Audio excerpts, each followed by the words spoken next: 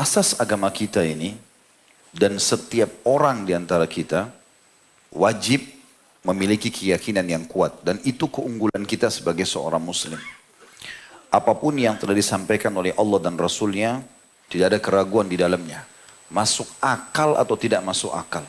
Sesuaikah dengan kondisi kita atau tidak sesuai dengan kondisi kita. Sesuaikah dengan adat istiadat atau tidak sesuai dengan adat istiadat. Bagi seorang muslim kita akan yakini yang benar yang dikatakan oleh Allah dan Rasulnya dan yang dianggap salah oleh Allah dan Rasulnya kita anggap salah walaupun benar di seluruh mata manusia. Maka ini pondasi dasar.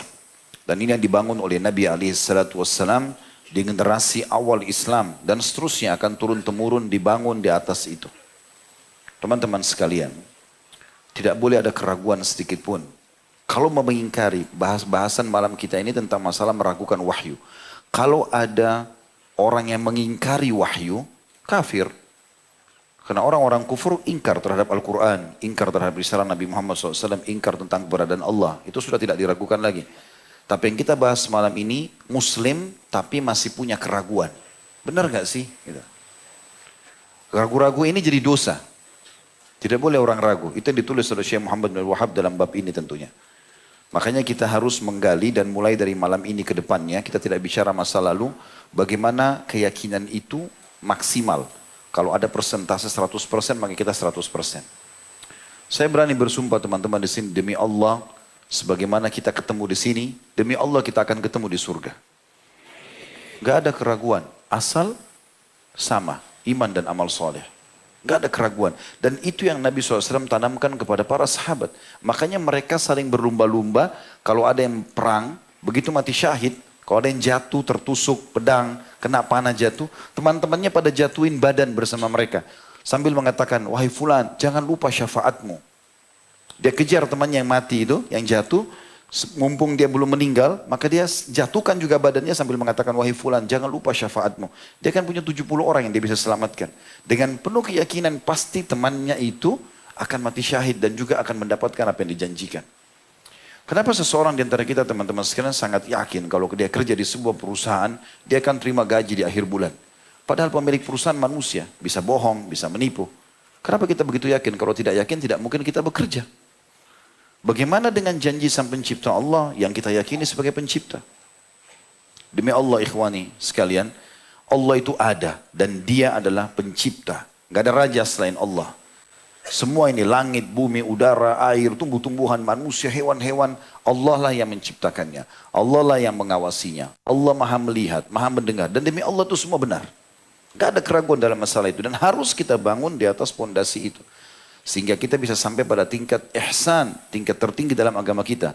Islam, iman, dan ihsan. Kau menyembah Allah, kata Nabi SAW, seakan-akan kau melihatnya. Yakin Allah itu ada dan tidak boleh ragu. Banyak orang atau kita sendirian, Allah tetap mengawasi. Itu poinnya.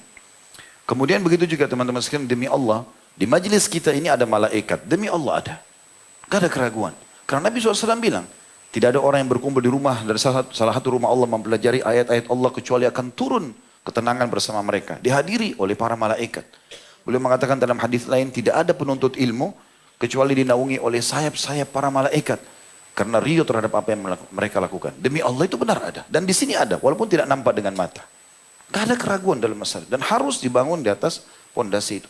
Demi Allah di pundak kita ada malaikat yang mencatat amal baik, amal buruk. Demi Allah ada malaikat yang meniupkan ruh di rahim perempuan. Ada juga yang mencabut ruh. Ada yang mengatur pergantian siang malam. Ada yang mengatur hujan. Ada yang mengatur segala macam hal. Demi Allah teman-teman, Al-Quran bukan perkataan manusia. Tapi perkataan sang pencipta Allah. Kalamullah, perkataan sang raja sebenarnya. Sedang berbicara dengan kita. Kalau mau dapat petunjuk, buka Al-Quran. Petunjuk, cahaya. Nur, hudan. Allah katakan cahaya, petunjuk, syifa, obat. Gak ada keraguan. Orang yang ragu ini jadi masuk dalam bahasan kita malam ini. Demi Allah semua benar. Gak ada keraguan. Jangan ambil patokan pedoman kecuali Al-Quran. Demi Allah teman-teman sekalian, semua Rasul benar diutus. Nama-nama yang kita pernah dengar, ya, Adam, Idris, Nuh, Saleh, Hud, Shu'aib, terus Ibrahim, Ishak, Ismail, Yakub, Yusuf, sampai Muhammad SAW benar ada. Walaupun kita tidak pernah bertemu dengan mereka. Itu rukun iman, harus yakin. Dan benar semua yang mereka Katakan. Dan demi Allah kita akan bertemu dengan mereka. Serta waktu Nabi SAW menceritakan tentang Isra Mi'raj, bertemu dengan para nabi di Masjid Aqsa, bertemu di langit, itu semua demi Allah benar. Gak ada keraguan dalam masalah itu. Dan tidak boleh ragu. Demi Allah teman-teman, hari kiamat akan terjadi. Semua ini akan habis di dunia ini. Apa yang antum lihat ini akan hancur semua. Bukan dongeng. Kita sebagai seorang muslim sudah dapat bocorannya. Bahkan disebutkan tanda-tandanya. Ada tanda-tanda kiamat kecil, tanda-tanda kiamat besar. Gak ada keraguan. Pada akhir zaman Islam akan menyebar kata Nabi SAW dan akan masuk ke semua pelosok muka bumi ini dengan kemuliaan atau dengan kehinaan. Mereka nolak akan dibunuh. Dan itu demi Allah benar. Walaupun sekarang kita melihat umat Islam banyak punya kelemahan. Tapi kita akan berjaya. Itu pasti janji Nabi SAW. Gak ada keraguan. Kiamat akan terjadi. Demi Allah teman-teman sekalian. Bagi anda yang masih ragu tentang surga. Demi Allah surga itu ada. Dan sekarang surga ada. Bahkan jauh sebelum kita diciptakan sudah ada. Dan demi Allah bidadarinya sudah ada. Bidadaranya sudah ada. Istananya sudah ada. Semuanya sudah ada. Apa kata Nabi SAW? Kalau seseorang meminta surga sehari 3 kali. Riwayat lain 7 kali. Surga merespon langsung. Berbicara. Dan demi Allah itu benar. Dia akan mengatakan, ya Allah hambamu fulan memohonku, maka masukkan ia ke dalamku. Dan tidak memohon diselamatkan dari neraka, dan neraka ada. Sekarang kita bisa tahu dan bisa merasakan dengan keyakinan kita. Keberadaannya, tidak ada orang yang memohon berlindung dari neraka 3 kali atau 7 kali sehari kecuali neraka akan mengatakan, ya Allah fulan hambamu fulan telah berlindung dariku, selamatkan ia. Apa kata Nabi SAW dalam hadis lain? Dinginkanlah demam itu dengan air. Karena dia tiupan panasnya api neraka. Ada penyebutan masalah itu. Dalam riwayat yang lain, riwayat dihasankan oleh para ulama. Sesungguhnya neraka itu mengeluh kepada Allah karena panasnya. Sebagian membakar yang lainnya. Maka Allah pun mengizinkan dia bernafas 2 kali. Nafas sekali yang itu yang kalian dapatkan di musim panas yang sangat.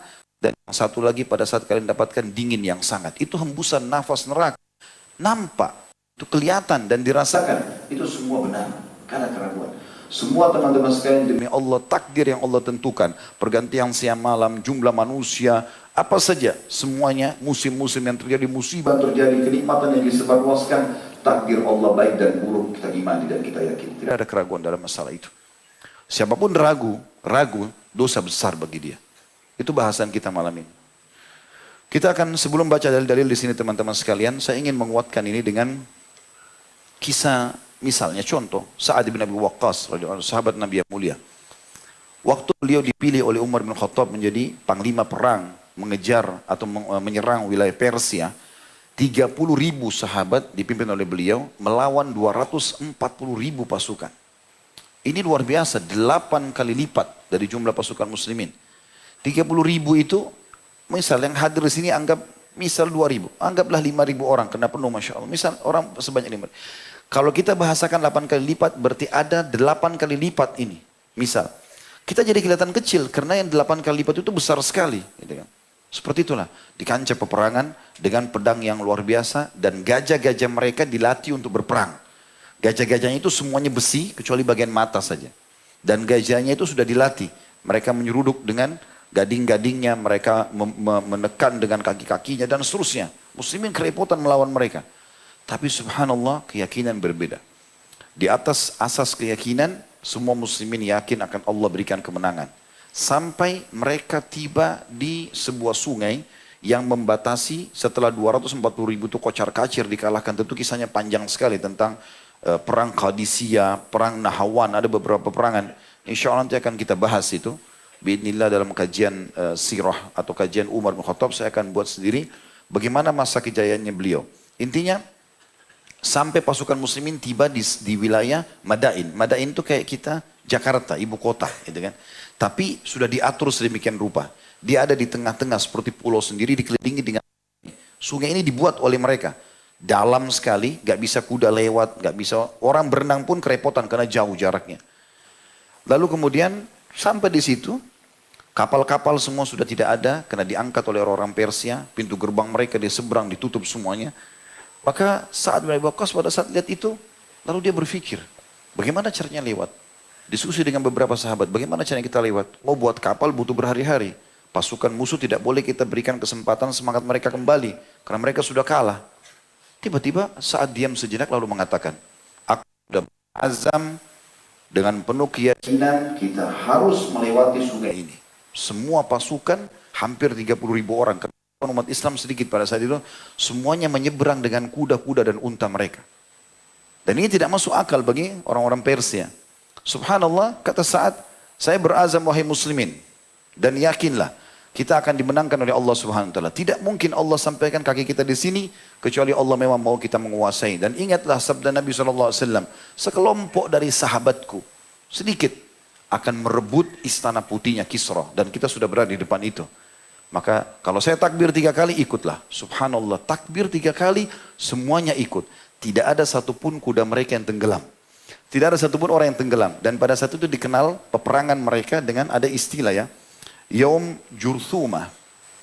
Apa itu Jurthumah? Jurthumah itu kalau dalam orang Arab di sungai biasanya ada gundukan tanah karena sering didorong oleh air, dia terbentuk. Orang bisa berdiri di situ. Ya, ternyata muslimin setiap kali ada yang mau tergelincir jatuh, keluar Jurthumah itu dari sungai itu. Dan mereka bisa istirahat, jalan lagi. Dan itu disaksikan oleh orang Persia. Sempat waktu kasus itu, saat dengan penuh keyakinan jalan dan semua sahabat jalan, saat sempat khawatir, jangan sampai ada di antara muslimin yang tenggelam. Dia berharap tidak ada satupun yang tenggelam pada saat itu.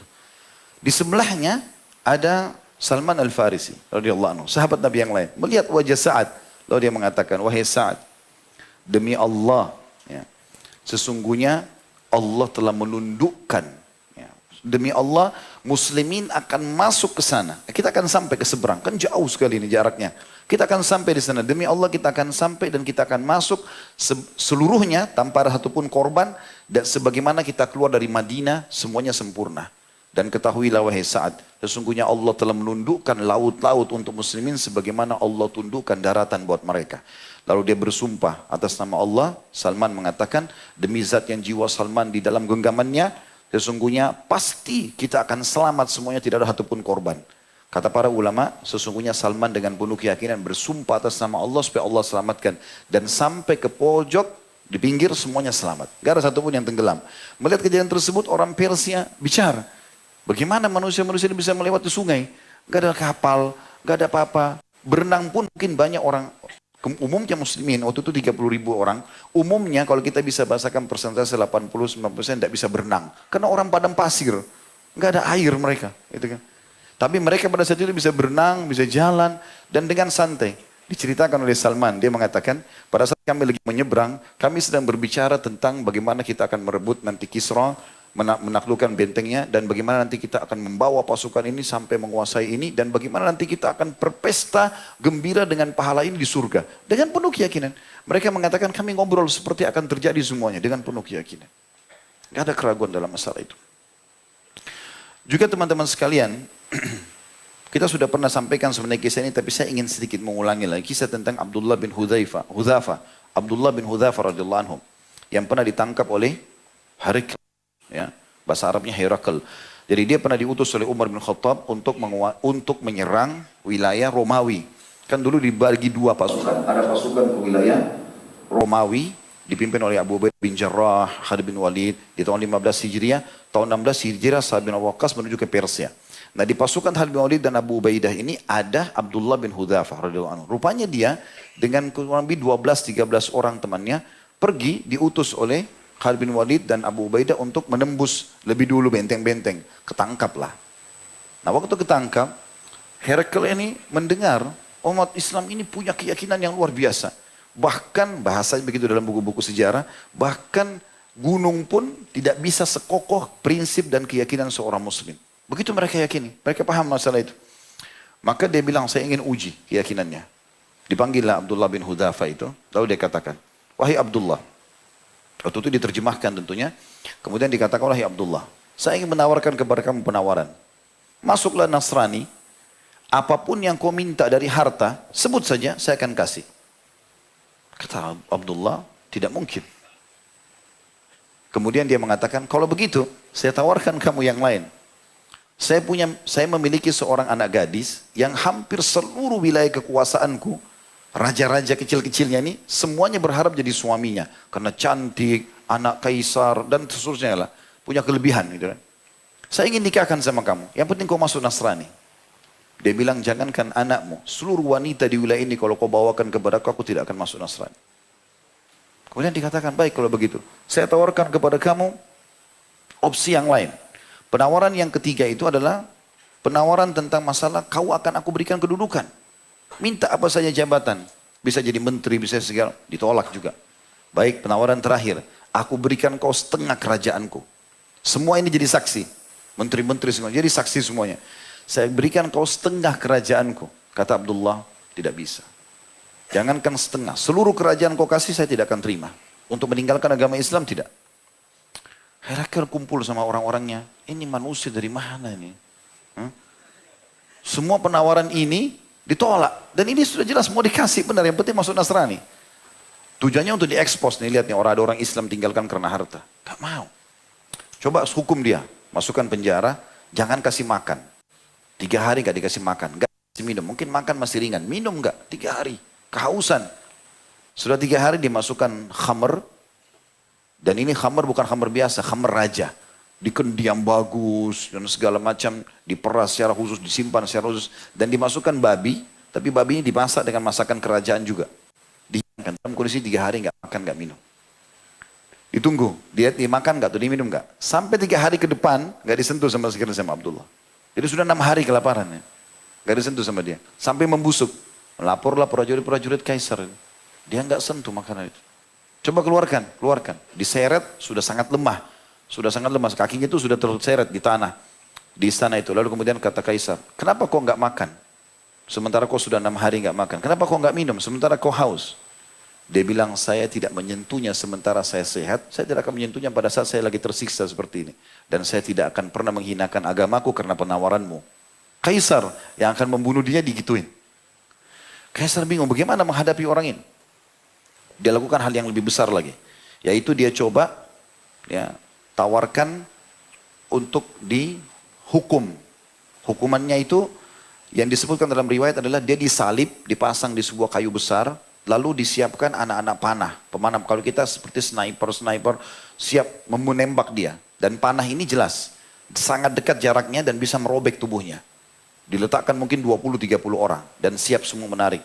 Dikasih instruksi untuk ditarik. Mau dilihat, tinggalkan agama enggak? Satu tarikan, terlepas setelah 30 anak panah ini. Kata Herakl, tanya dia. Kalau dia mau tinggalkan agamanya sekarang, kita lepaskan, tidak jadi bunuh. Kata Abdullah, jangankan 30 anak panah ini. Semuanya kau suruh prajurit panah saya tidak akan tinggalkan. Tidak goyah. Didatangkan akhirnya minyak panas. Lalu didatangkan satu persatu prajuritnya. Dilempar-lemparin ke dalam minyak panas itu.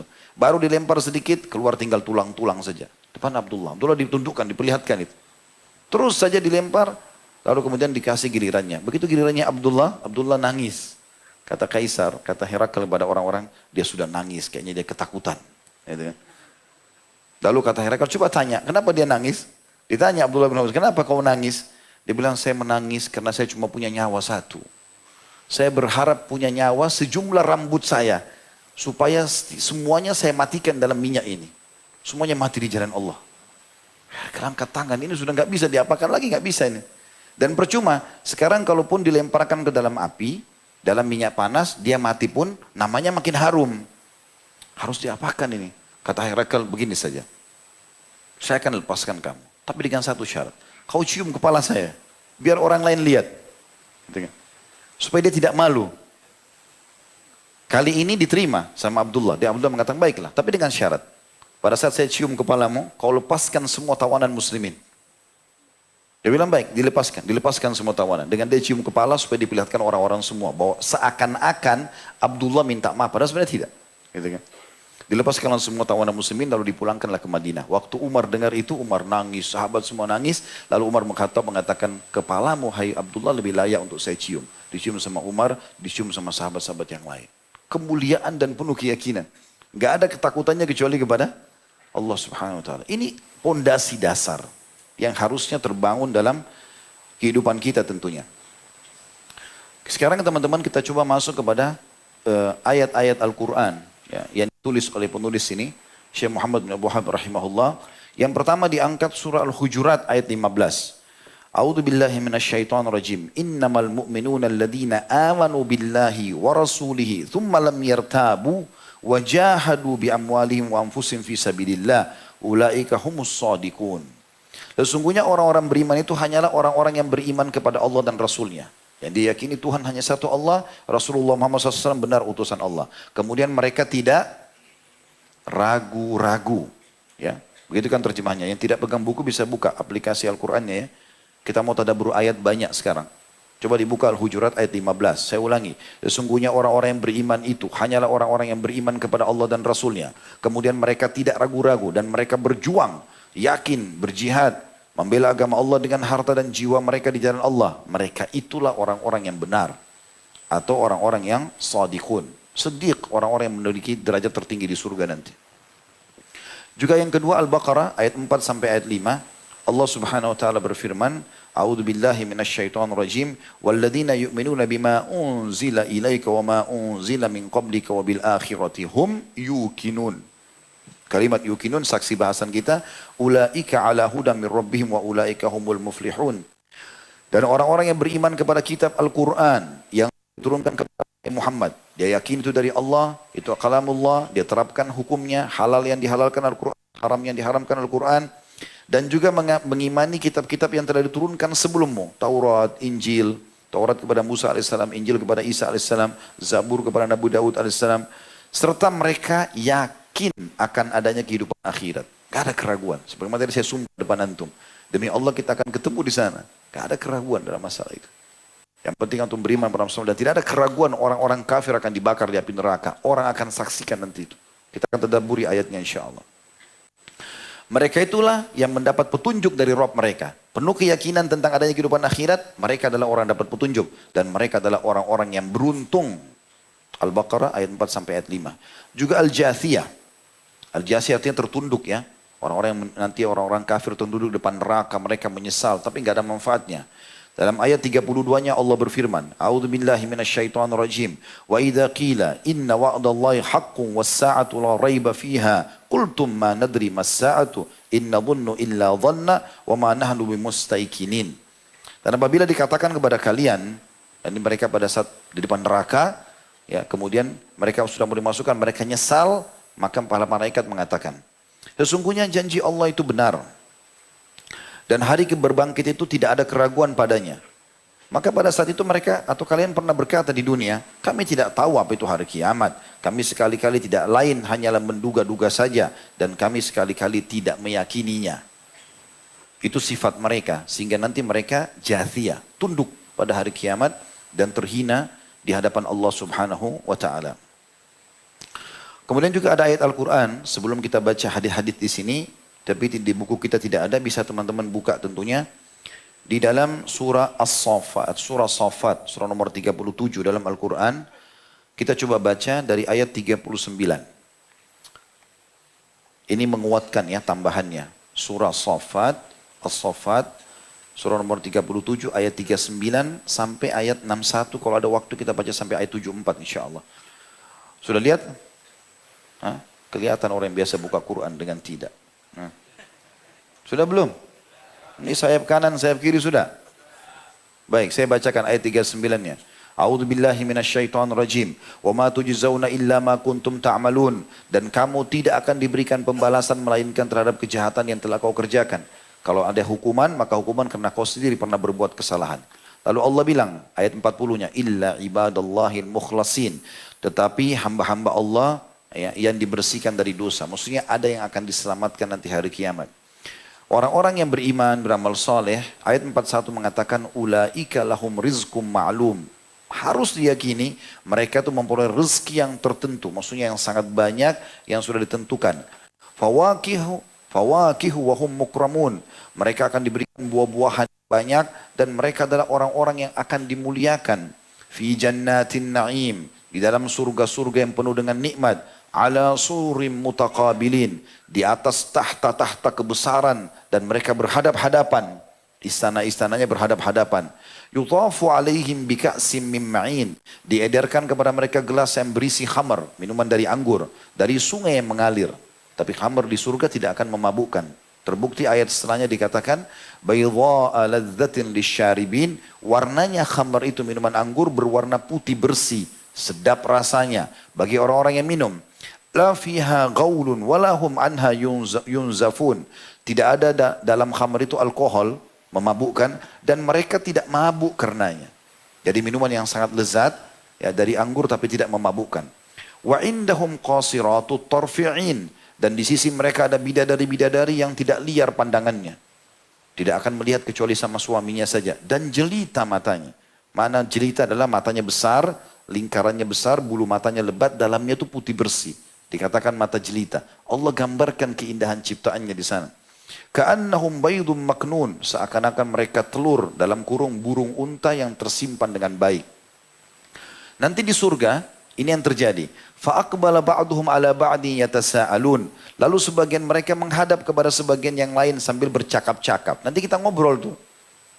Dulu ingat tak kajian kita Rabu malam di Blok M? Yakin itu. Antum ragu? Yakin. Harus yakin. Antum akan ingat muka ana nanti insya Allah. Apa yang mereka berbicara, di surga nanti ahli surga akan bicara. Di antara komunikasi di antara mereka adalah ayat 51-nya. Qala qailum minhum inni kana li qarin. Ini saksi bahasan kita nanti ya. Berkatalah salah seorang di antara mereka, ngobrol-ngobrol ahli surga nih. Sesungguhnya dulu di dunia, aku mempunyai seorang teman. Tapi temannya ini jelek.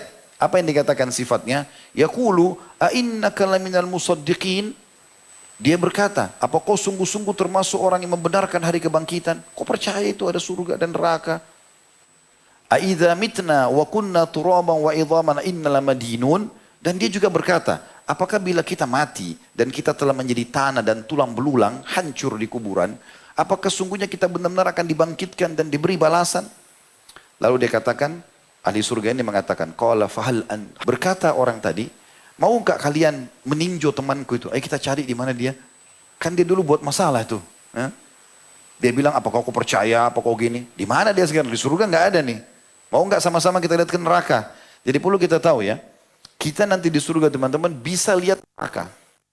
Bahkan sebagian ahli, kalau tidak salah disebutkan oleh Ibnu Qayyim rahimahullah dalam buku beliau Adil Arwah.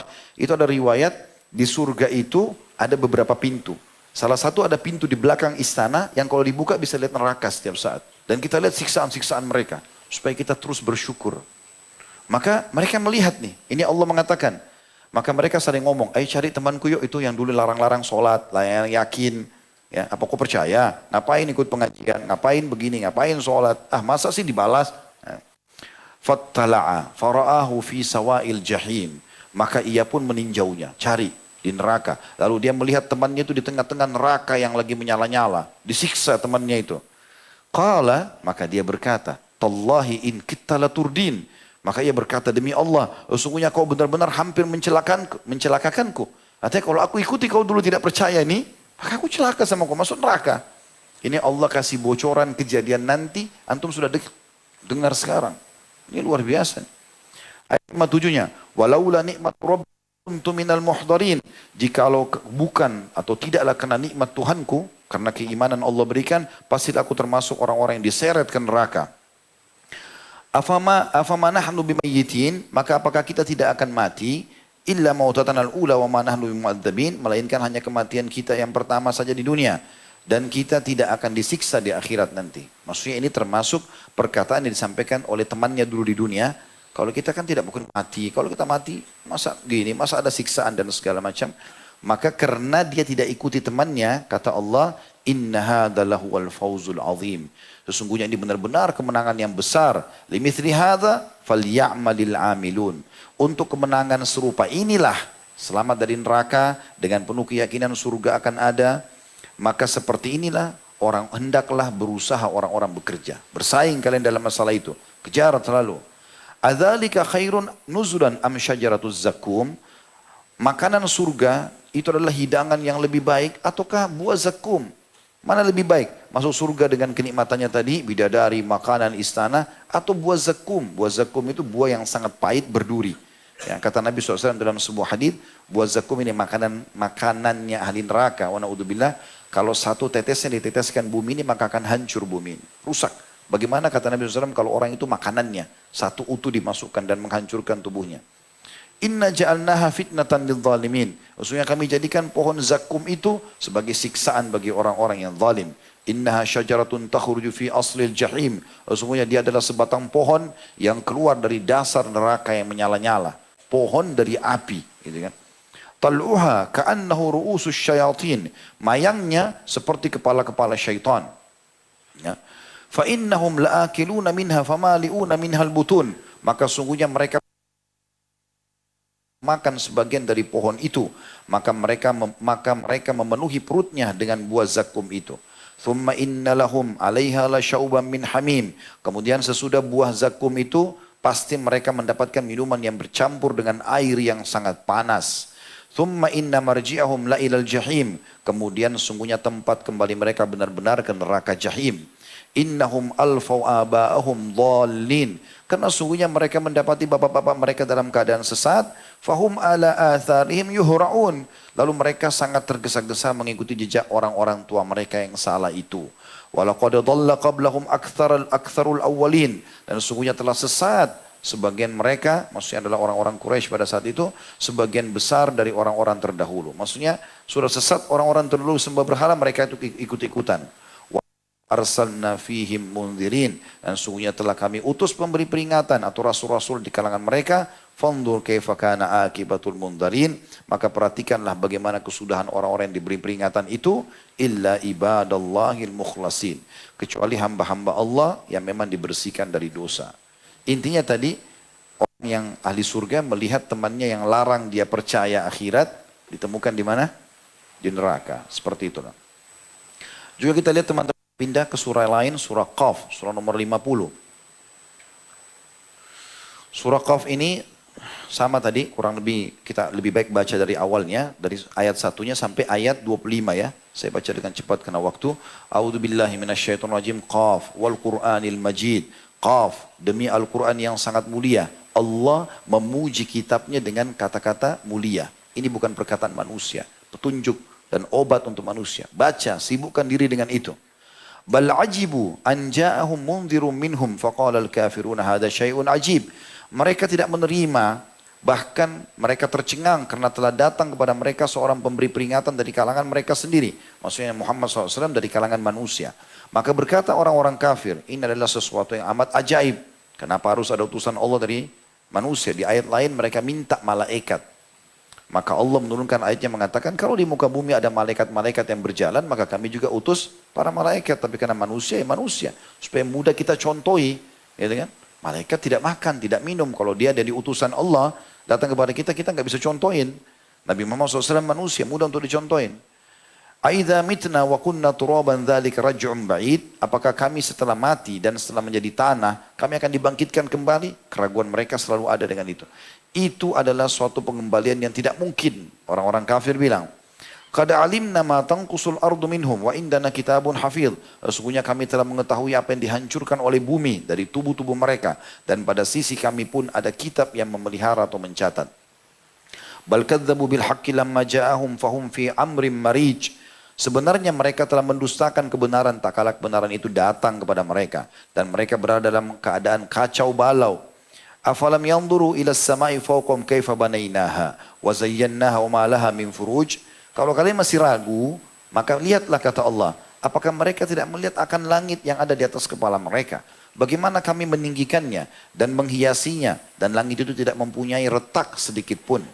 Wal arda madadnaha wa alqaina fiha rawasiya wa ambatna fiha min kulli zawjin bahij. Dan kami hamparkan bumi, tempat mereka berpijak, tempat mereka mengambil hasil, ya hasil bumi, tempat mereka bercocok tanam, tempat mereka berjalan.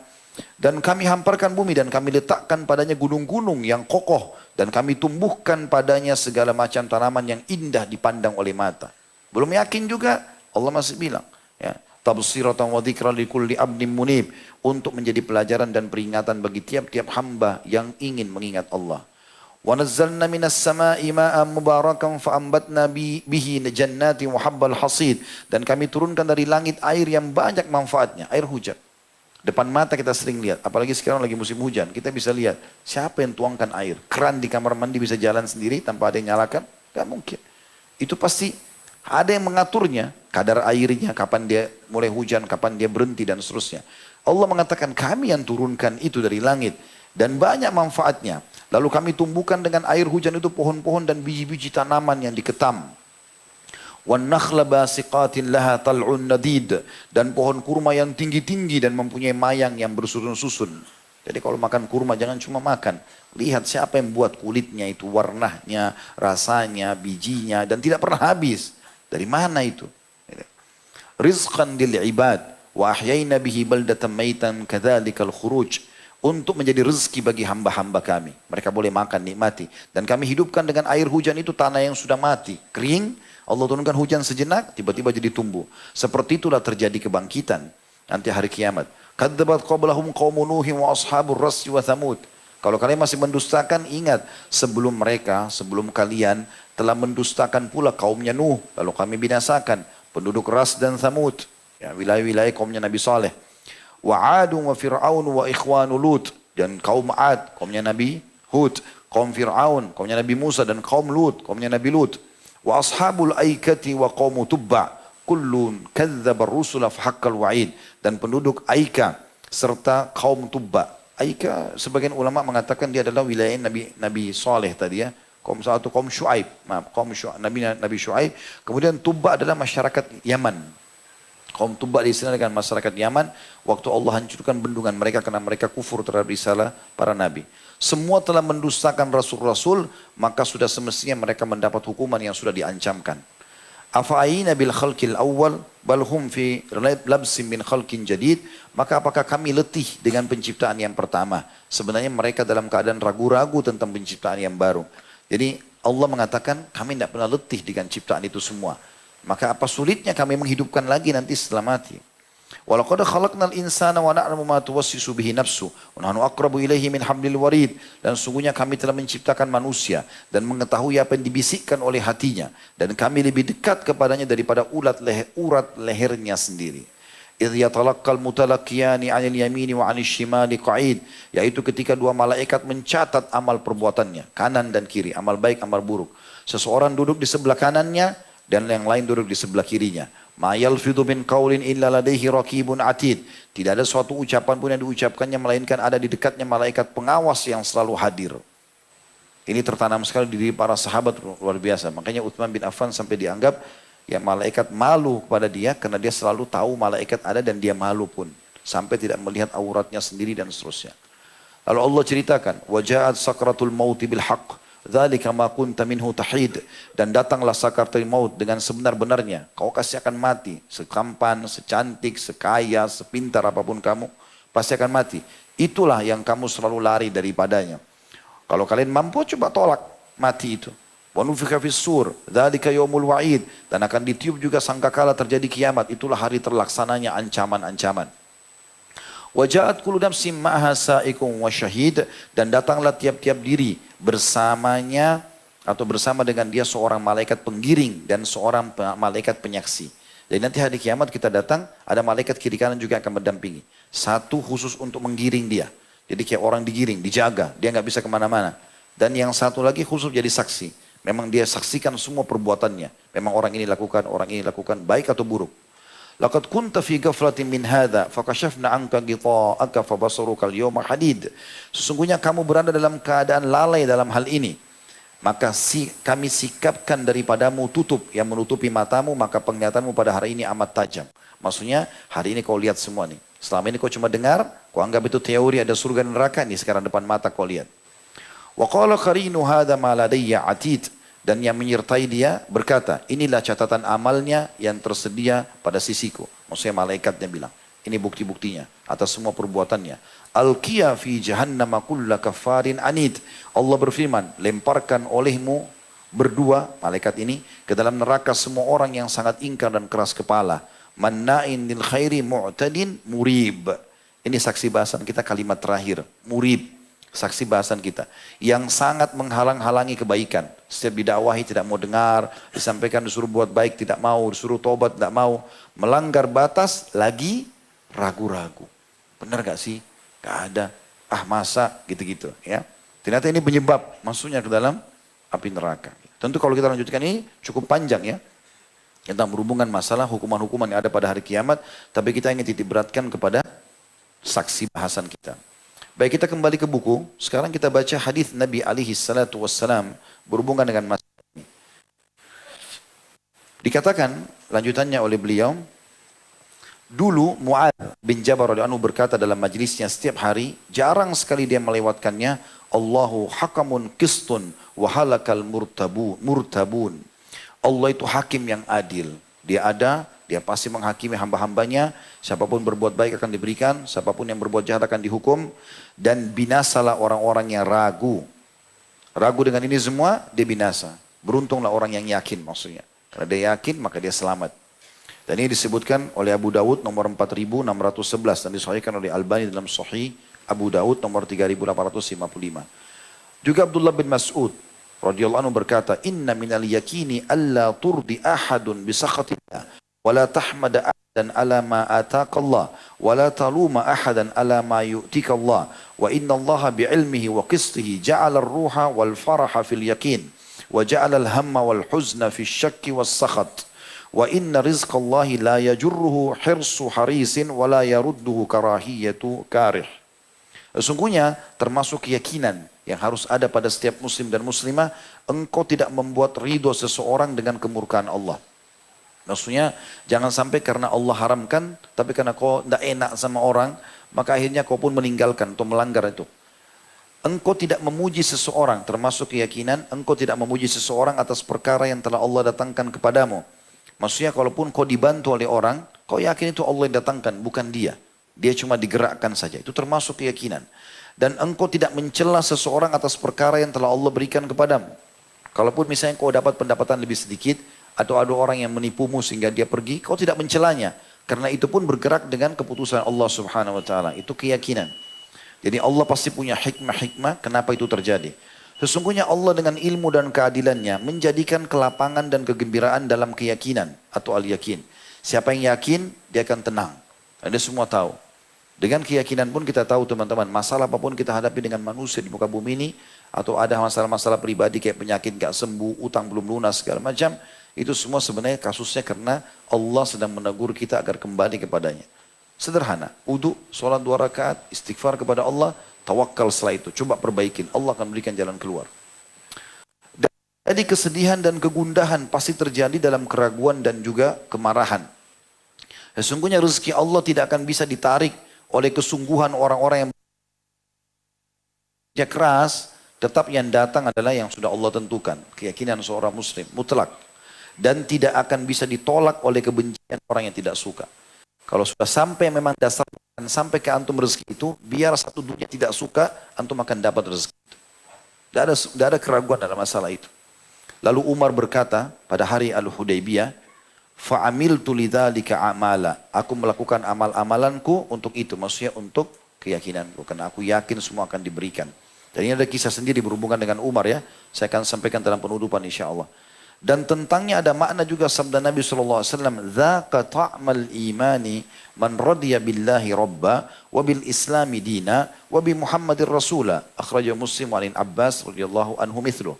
Terasakan manisnya iman orang yang ridho Allah sebagai Rabbnya. Semua keputusan Allah dia yakin dan ini semua Allah yang mengaturnya dengan hikmahnya. Islam dia jadikan sebagai agama yang dia berjuang untuknya. Tadi kisah Abdullah bin Hudzaifah radhiyallahu anhu dan seterusnya. Dan Muhammad adalah benar-benar utusan Allah yang wajib dia ikuti dan patuhi. Kita tutup teman-teman sekalian dengan bagaimana kisah Umar radhiyallahu anhu. Saya akan tutup teman-teman sekalian kisah. Bagaimana keyakinan Umar bin Khattab radhiyallahu anhu. Ini sangat banyak sebenarnya kisahnya, tapi diantaranya kisah ini. Pernah ada satu orang ditugaskan oleh Umar bin Khattab menjadi penjaga Baitul Mal. Namanya Mu'aikib. Mu'aikib ini orang yang jujur. Umar tidak akan pernah tunjuk radhiyallahu anhu kecuali orang yang terpercaya gitu. Mu'aikib ini waktu Umar sifatnya itu kalau Baitul Mal sudah penuh langsung dibagi rata dihabisin. Umar bin Khattab tidak mau tidur radhiyallahu anhu kecuali Baitul Mal sudah kosong. Besok urusan besok, pendapatan datang besok dibagi lagi, gitu kan. Intinya selalu dihabiskan karena dia tahu itu amanah. Rupanya waktu sudah dibagi-bagi habis, terus mulai dibersihkan tempat itu sama Mu'aikib. Koin kecil, dirham. Tidak ada nilainya.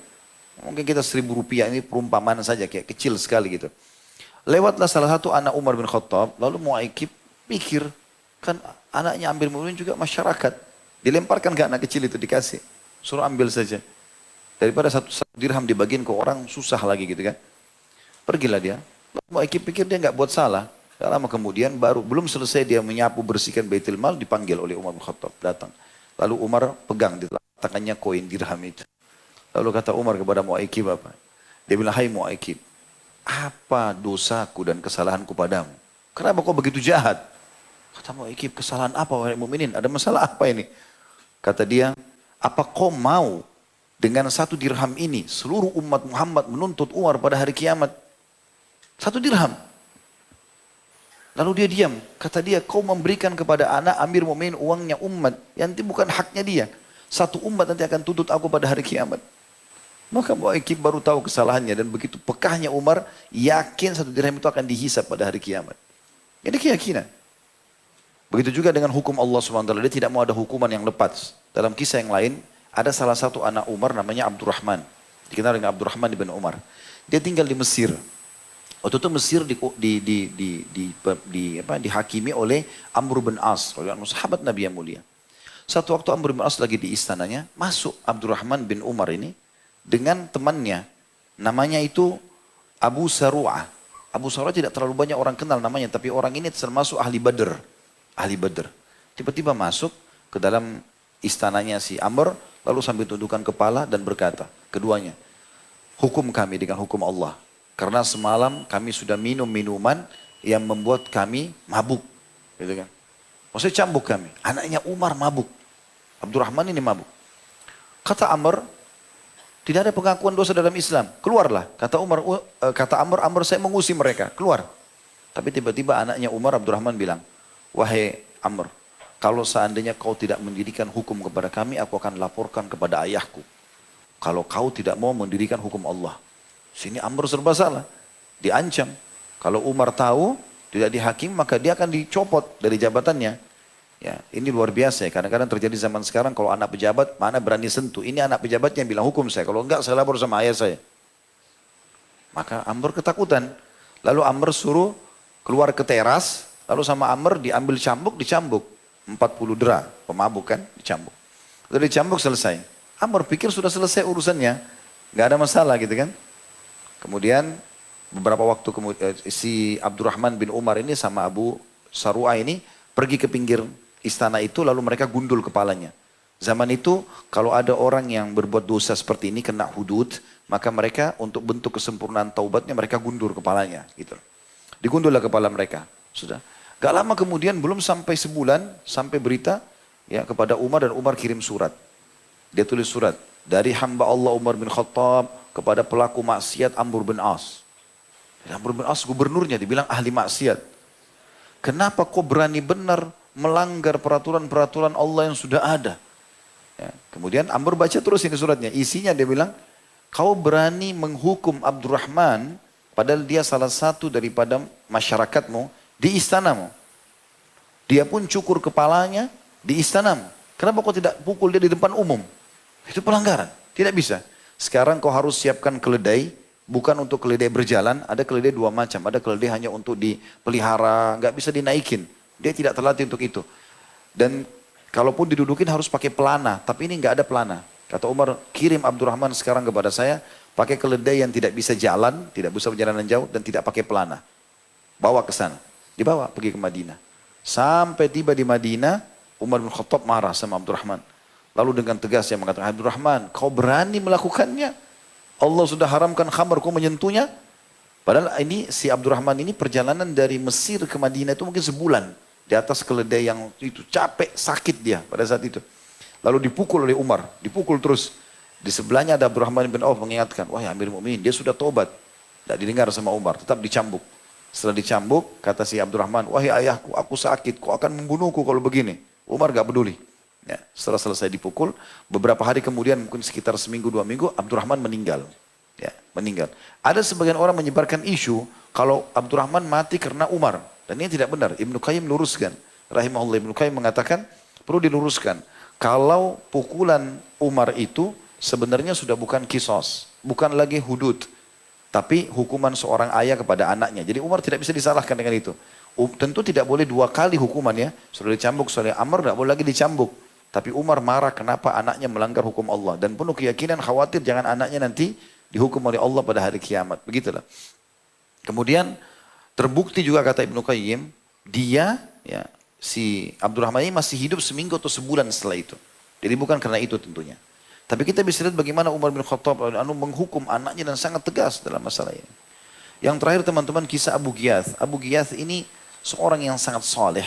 Zaman itu dulu tuh tinggal di Mekah. Orang miskin. Susah sekali hidupnya. Tinggal bersama dia di rumahnya, kalau tidak salah 7 atau 9 wanita. Dia sendiri laki-laki. Umurnya sudah 86 tahun. Yang ceritakan ini Imam At-Tabari dalam buku beliau. Beliau ceritakan khusus dan beliau memang menghadiri kejadian itu. Dia tiap hari bekerja. Apa yang dia dapat dia kasih makan. Ada ibunya. Ya, kemudian ada 4 anak perempuannya. Ada istrinya dan ada 2 saudara perempuannya. Ya, jadi ibunya sama 4 anak perempuan berarti 5, istrinya berarti 6, sama 2 saudarinya. Ya, kurang lebih 8 orang, 8 atau 9 orang wanita. Maka sama dia 8 orang betul, sama dia 9 orang yang harus dinaungi di situ. Satu waktu masuk Ramadan, bulan pertama, hari pertama Ramadan mereka tidak punya makanan apa-apa. Maka kata istrinya, wahai Abu Ghiyath, kita kemarin sahur sama buka puasa, nggak ada apa-apa. Satu kurma kadang-kadang kita rame-rame makan. Gitu. Gak ada, keluarlah cari makanan. Hari ini hari kedua Ramadan. Miskin, gak ada makanan sama sekali. Kata Abu Ghiyath, baiklah, saya coba keluar. Dia jalan sepanjang Ramadan. Tapi 86 tahun tidak ada orang yang bekerjakan. Jadi dia jalan sampai dia duduk keluar dari kotanya dia. Dia duduk di sebuah bawah pohon. Sambil duduk sambil dia merenung. Kalau saya meninggal dunia, saya meninggalkan 8 orang wanita, siapa yang akan menaungi mereka? 4 anak perempuannya, kemudian orang tuanya, kemudian juga 2 saudarinya, istrinya. Tapi mungkin dengan itu saya lepas tanggung jawab. Lalu dia mengatakan, ya Allah, andai saja memang masih ada umur, berikanlah aku rezeki supaya mereka bisa makan. Gak sengaja tangannya dia, terus lagi berdoa begitu, terus tangannya ditaruh di sebelahnya. Dia pegang, ada seperti benda tak keras yang dia pegang sama dia. Dia lihat di gali-gali tanah, ada sebuah peti. Dan peti ini biasanya isinya emas. Diangkat sama dia terus digoyang-goyangin ada suara emas. Ini emas benar. Dibuka betul. Ada 1000 dinar emas. Ini banyak sekali. Kalau kita sekarang mungkin puluhan miliar. Jadi orang yang miskin sama sekali terus dapat tiba-tiba ini. Maka dia tiba-tiba berpikir, Alhamdulillah. Kalau begitu saya bisa hidupkan keluarga saya. Sekarang bisa ubah keadaan. Ini 7 turunan tidak habis-habis uang ini. Tapi tiba-tiba imannya berbicara. Lalu dia mengatakan dengan dirinya sendiri. Tapi ini adalah luqata. Luqata itu kayak harta yang ditemukan. Hukum syar'i, kalau disentuh, kita wajib iklankan sebulan. Kalau sebulan tidak ada yang punya, baru kita bisa ambil. Lalu dia berpikir, tapi saya sudah sentuh sekarang. Saya harus iklanin, gitu kan. Kalau saya iklanin pun 1 bulan, tunggu 1 bulan, anak istri saya makan apa? Percuma ada emas banyak, tapi nggak bisa gitu. Jadi bergejolak antara jiwanya ini, ambil nggak ya? Dia bilang dalam kisah ini, sempat terlintas bisikan syaitan, ambillah 1-2 dirham emas, pakai untuk kehidupanmu, kau kan sangat miskin, itu juga kau temukan. Nanti kalau ketemu orangnya baru kau sampaikan. Tapi dia bilang, tidak demi Allah. Dia tetap bergejolak dan jiwa, dia mengatakan tidak demi Allah. Allah mengharamkan, saya tidak akan mungkin makan haram. Dia pulang ke rumahnya, sore hari menjelang buka puasa, dibungkus dengan bajunya yang, memang baju itu sudah sangat tua, dan cuma 1 lembar itu. Dia pulang ke rumah, dia ingin sembunyikan dari istrinya. Takut perempuan lihat emas nih gimana. Apalagi miskin. Maka dia masuk ke rumahnya tapi istrinya lihat. Istrinya tahu. Ada apa di situ hai Abu Ghiyath? Maka Abu Ghiyath mengatakan. Ini nama istrinya Lubaba. Hai Lubaba. Tidak ada apa-apa. Ya, kecuali sesuatu yang aku temukan. Kata istrinya apa itu? Mungkin kita bisa pakai buka puasa. Ini menjelang buka puasa. Dia bilang tidak demi Allah. Gak bisa. Lalu kemudian kata istrinya. Perlihatkan padaku. Ini dia cerita sama dia, saya temukan begini-begini. Rupanya was-was istrinya sama dengan was-was tadi pertama dia. Syaitan juga bisikin begitu. Ya kita kan susah, ini kan ditemukan 1 dirham 2 dirham pakai buka puasa dulu. Baik ini. Kata Abu Ghiyath, tokoh kita yang luar biasa. Sudah 86 tahun, miskin, dapat emas. Apa yang dia bilang? Wahai Lubaba, demi Allah kalau kau sentuh ini, kau saya ceraikan. Jangan sentuh ini emas ini. Kalau kau sentuh saya ceraikan. Istrinya ketakutan juga. Sudah tua, digalilah. Ini tempat cuma kita yang tahu. Gak ada yang boleh tahu. Orang tuanya, anak yang gak boleh tahu. Ditutup situ. Besoknya, artinya mereka buka puasa apa adanya. Apa yang ada pada saat itu. Kalau salah dalam kisah yang disebutkan ada sisa minyak dengan roti kering. Mereka makan ber9 orang ini. Besok pagi nggak ada makanan sahur, berpuasa. Hari ketiga, dia jalan dekat Masjid Haram. Rupanya ada satu orang dari Khurasan. Orang kelihatan dari Irak, Iran sana. Dan lagi naik ke atas sebuah batu dekat Masjid Haram lalu teriak-teriak, wahai jemaah haji, waktu itu lagi musim haji, wahai jemaah haji, aku kehilangan satu peti emas, isinya 1000 dinar emas. Siapa yang menemukan, tolong kembalikan, semoga Allah lipat gandakan pahalanya. Abu Ghiyath tahu, ini yang dia temukan.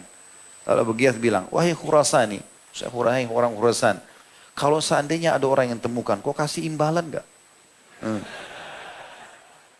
Kata Khurasan itu, dia panggil, ya Abah, ya Abah, ini ayah, karena orang sudah tua kan.